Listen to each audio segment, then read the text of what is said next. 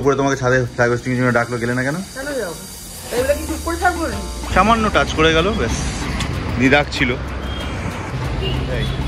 এই লাড্ডু বাড্ডু বানিয়েছো কেন গো? লাড্ডু না। তাহলে এখন কি মানে এই অবস্থায় খাওয়া হবে নাকি? না, কাঁচা কেউ ফুটে গেলে এগুলো পিছনে এসে উঠবে। 1 কিলো মতো নিয়েছিলাম, 550 মতো এসেছে। রসুন, আদা, কাঁচা লঙ্কা। কিন্তু যখন ঠান্ডা হয়ে যাবে পুরো একদম জমা গ্রেভি হয়ে যায়। তো ফাইনালি দেখতে কেমন হলো?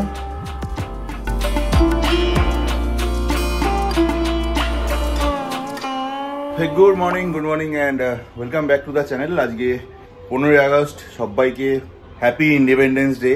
তবে মন কিন্তু একদমই হ্যাপি নেই, কারণ চারিদিকে যা চলছে, যা ঘটছে। তারপরে আর যাই হোক, স্বাধীনতা দিবস বলে কখনোই ফিল হচ্ছে না। আর স্বাধীনতা যদি মানে এই হয়, তাহলে আমি কিন্তু এই স্বাধীনতা থেকে বিরত থাকতে চাই। বাড়িতে আমাদের আজকে ফ্ল্যাগ হোস্টিং আছে, ক্লাবেও আছে, বাট আমি বাড়িটাতে থাকতে পারবো না। অলরেডি 10:20 বাজে। আজকে প্র্যাকটিস হবে এবং লাস্ট শনিবার অবধি প্র্যাকটিস হবে, তারপর থেকে প্র্যাকটিস আর হবে না। বিকজ রবিবার থেকে সমস্ত আমাদের শুটিং ক্লাসের টিচার এবং সমস্ত স্টাফসরা সব চলে যাবে আসানসোল, যেখানে ইন্টার স্টেট চ্যাম্পিয়নশিপটা আগামী 7 দিন ধরে প্রায় কন্ডাক্ট হবে। 19শে আগস্ট থেকে আই থিঙ্ক 25 তারিখ অবধি লাস্ট আমাদের প্রোগ্রামটা চলবে। 24-25 তারিখ অবধি প্রোগ্রামটা চলবে। তো তার মধ্যে আমার নাম সিলেকশন আপাতত হয়ে গেছে। আর এক্সাক্ট ডেটটা কি সেটাও জানি না এখনো, জানলে তবে তোমাদের সঙ্গে শেয়ার করবো। বাট তার আগে এখন সিধা চলে যাবো ক্লাবে, যত তাড়াতাড়ি পারি রেঞ্জে ঢুকে পড়ি, কারণ প্রচুর লোক আজকেও আসবে, ভিড় হবে আজকেও। চলে এসেছি ক্লাবে, আর ওইখানে ফ্ল্যাগের জন্য ফ্ল্যাগ হোস্টিং হবে, তার জন্য সাজানো গোছানো মোটামুটি কমপ্লিট। আরও কিছু কাজ টুকটাক চলছে। দেখি ভিতরে রেঞ্জের কি অবস্থা। ভেবেছিলাম রেঞ্জ ভরা থাকবে, তো আপাতত সেরকম কিছু শুরু হয়নি। পরে অবশ্যই ভরে যাবে, আর জায়গা দেওয়া জায়গা থাকবে না। চলো, আমার আপাতত জায়গা লেগে গেছে, ওখানে শুরু করব। রেডি, শুরু করব 10:50। আর এটা হচ্ছে ইয়ার প্লাগ, যাতে বাইরের সাউন্ড কানে কম আসে, সেই কারণে ইউজ করা হয়। Just like that. তন্ময়দা ইয়ে গিফট করলো আমার।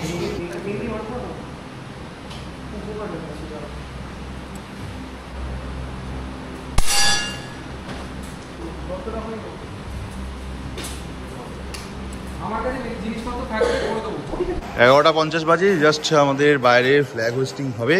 তো সেই জন্য রেঞ্জ সমস্ত ফাঁকা করে ছাত্রছাত্রীদের বললো বাইরে যাওয়া হতে থেকে। এখন সব বাইরে যাবো আমরা, বাইরে ফ্ল্যাগ হোস্ট করে ফের আবার রেঞ্জে জয়েন করবো।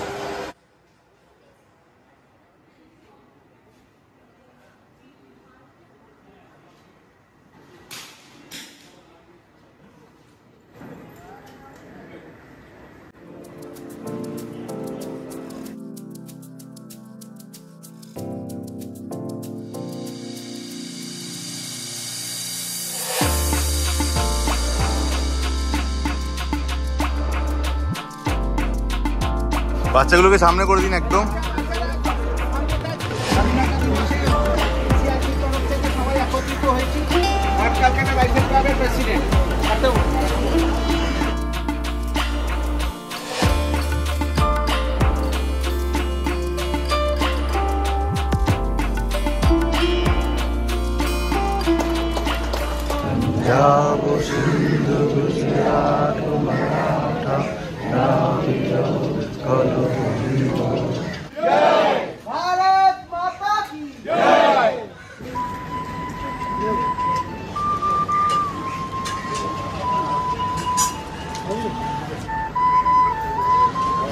Beautiful, beautiful.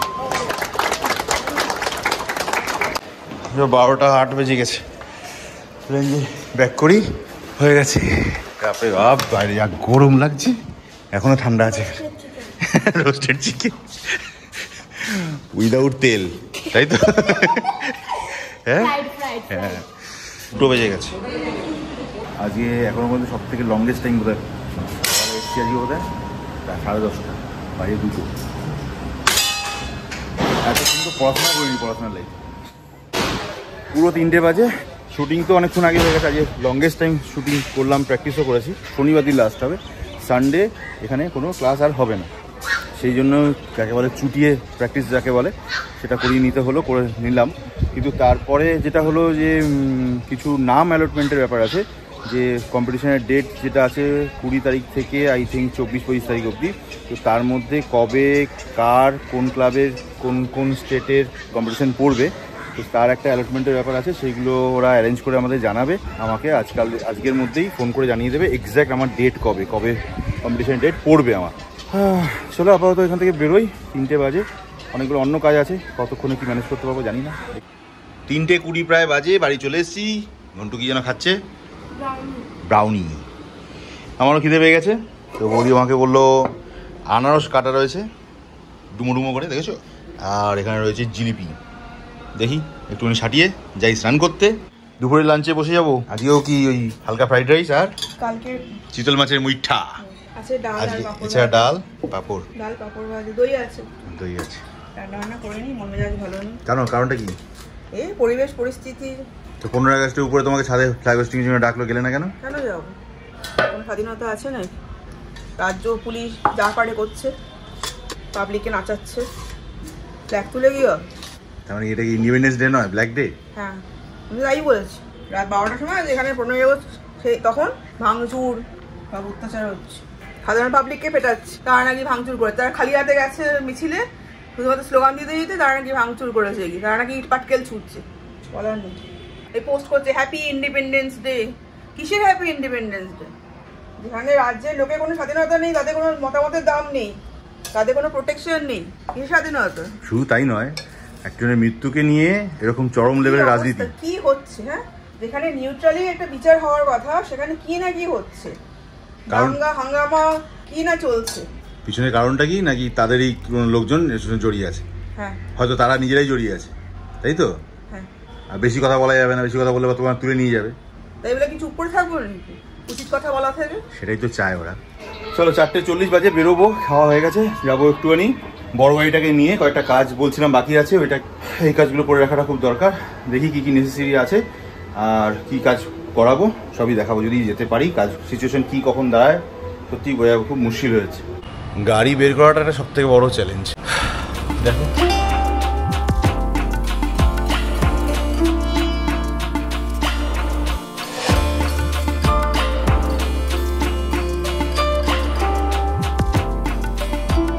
এত দেখে শুনে ধীরে সুস্থে বার করলাম, তাও সামনের মডগার্ডটা একটুখানি একদম স্লাইটলি দেয়ালে, এই পিলারের দেয়ালে হালকা টাচ করে গেছে, একদম হালকা একটা ছিটের মধ্যে দাগ হয়ে গেল। খাদ্য টাইপের সব সিকিউরিটি গার্ড রাখা হয়, আমাকে 1 মাইল দূর থেকে দাঁড়িয়ে বলছি যান যান যান যান, আসুন আসুন আসুন। চলো মাথা গরম করে লাভ নেই, ঠিক 5টা বাজে, যাচ্ছি ওইদিকে। কি হয় দেখি।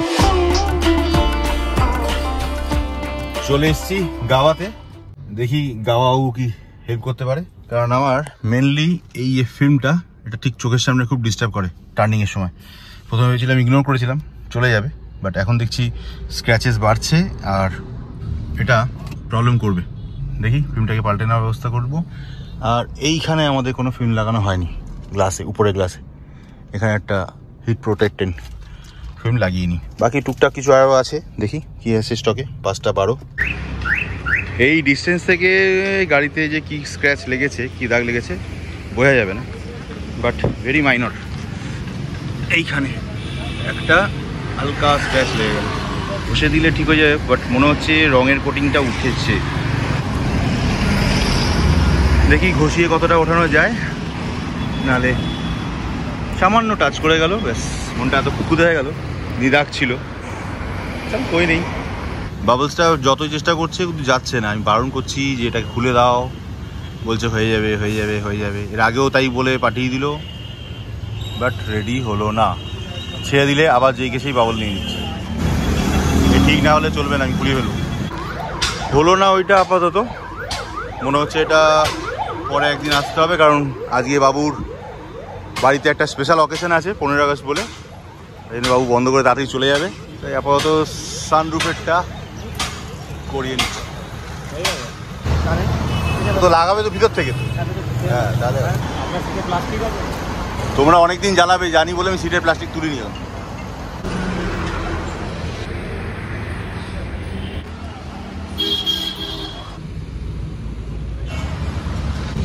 হ্যাঁ চলো, আলটিমেটলি কাজ বলতে ওই নিচে জল গার্ড যেগুলো বলে বা ওয়াটার গার্ড যেগুলো, ওগুলো একটু ঢিলা হয়েছিল, ওগুলোকে স্ক্রুইং করে এখানে খোলা ছিল এই পার্টটা, এটাকে স্ক্রুইং করে আপাতত লাগিয়ে দিয়েছে ফিক্স করে এদিকে ওদিকে দুদিকেই।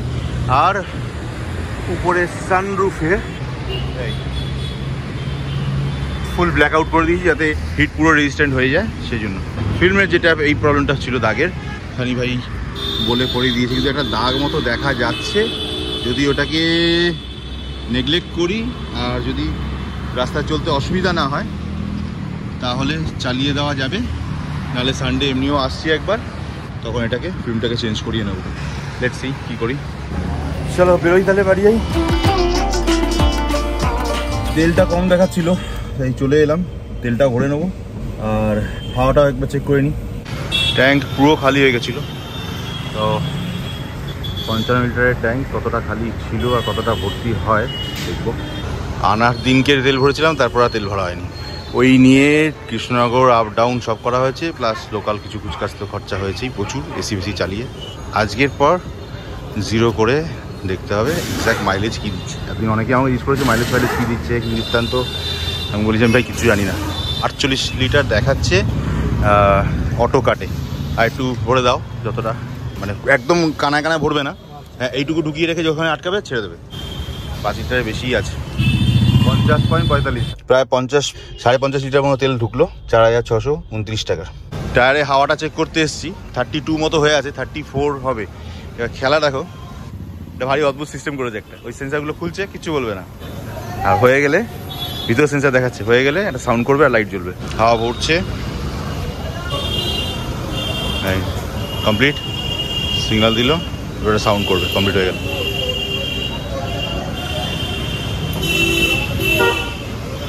কমপ্লিট। 8টা বাজলো, অবশেষে অনেক যুদ্ধ করে গাড়ি ঢুকিয়ে দিয়েছি। চলো উপরে যাই। 8টা 15 বাজে, বউল লক্ষ্মীপতি বউ লক্ষ্মী পুজো দিচ্ছেন। কদ্দূর সবাই শুরু, ফুলমালাটা হেভি হচ্ছে তো। কটা বাজে গো? 11:15। এই লাড্ডু বাড্ডু বানিয়েছো কেন গো? কেন? যে রান্না নিয়ে বসেছি, হ্যাঁ 1টা বাজবে। কি রান্না করছো এটা? লাড্ডু ফাড্ডু দিয়ে? লাড্ডু না, তাহলে চিতলের মুইঠা। চিতলের মুইঠা? এখন কি মানে এই অবস্থায় খাওয়া হবে নাকি? না এটা কাঁচা। কেউ তাহলে কি এটা কাঁচা? মানে বড়াটা সবাই বানানো হয়েছে? বড়া বানানো হয়নি। তাহলে এরপরে আবার কাজ আছে? তাহলে তো একটাও মনে হচ্ছে কম পড়বে নাকি? কি জিনিস কি বৃত্তান্ত জানতে তো হবে না। কি বস্তু?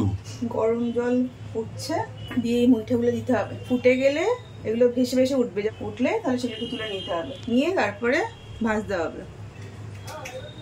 এগুলো সেদ্ধ হয়ে গেছে বলে দেখেছি কেমন ফুলে ফুলে ওপরে উঠেছে বেশে। এবার এগুলোকে তুলে নেব। আচ্ছা, তুলে নিয়ে তারপরে ভাজবো, জল ঝরিয়ে টুকুস। এবার এগুলোকে হালকা করে ভাজবো, বেশি না কড়া ভাজে না, হালকা শুধু ভেজে নিয়ে তারপরে তরকারি রাখবো আলু দিয়ে।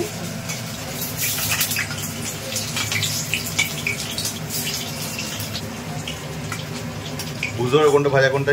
হ্যাঁ একটু রঙে বোঝা যাচ্ছে না, এটা শুকনো শুকনো আর এটা তেল তেল হয়ে আছে। এবারে কত নিয়েছিল?